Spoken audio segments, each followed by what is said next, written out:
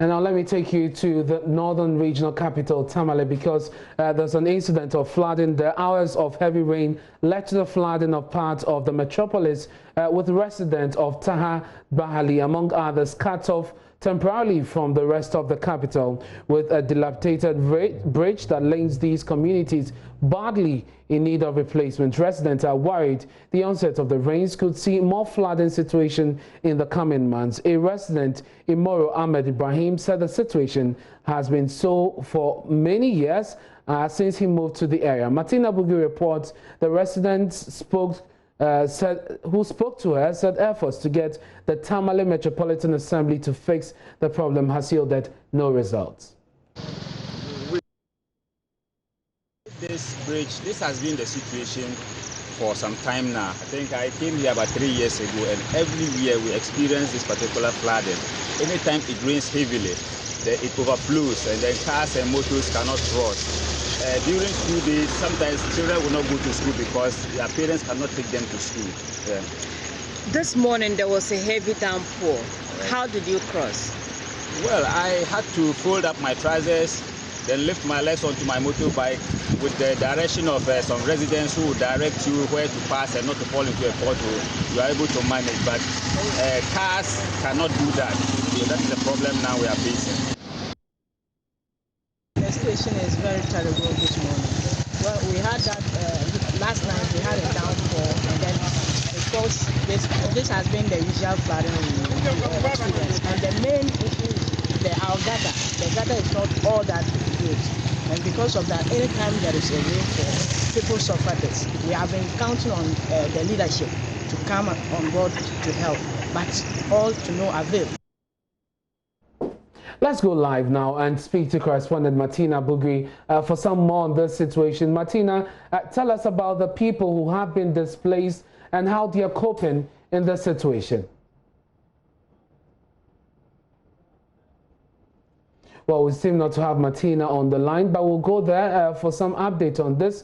The rains have set in. We've had that warning from the meteorological agency that we should expect some more rains. Last week, Tuesday, when it rained here in Accra, we saw the impact. One person died. They told us of more rains expected in the coming days across the country, and especially within this season. The Tamale area is noted for flooding every time it rains, every time we get into this season, and a lot of their bridges also being affected by the floods. We'll get there shortly and speak to Martina Bugri for the latest on this, those who have been affected and how they are managing the situation. Martina joins us on the line. Martina, very worrying pictures that we are seeing, especially with the bridge. But before we come to that, tell us about the people who have been affected by the floods last night.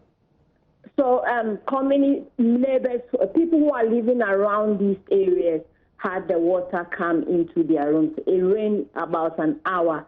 It was so heavy that the whole of that area got flooded. And so this morning, commuters on that road had to be guided by the assemblyman for 4 and some other residents to be able to cross the bridge.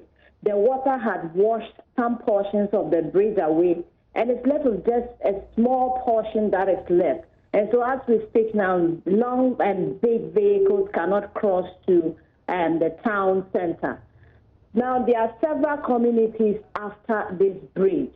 And so what it means is that if it is not fixed, these people in the coming weeks will not be able to come into the city center. And that is a very worrying situation. But tell us about what is affected. I know homes have been inundated. How about farms, which is the main stay of the people?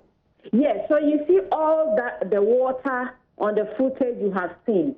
These are farms, you know. People have planted, the crops are beginning to grow, and those ones are all washed off as we speak now. Have we seen NADMO there today?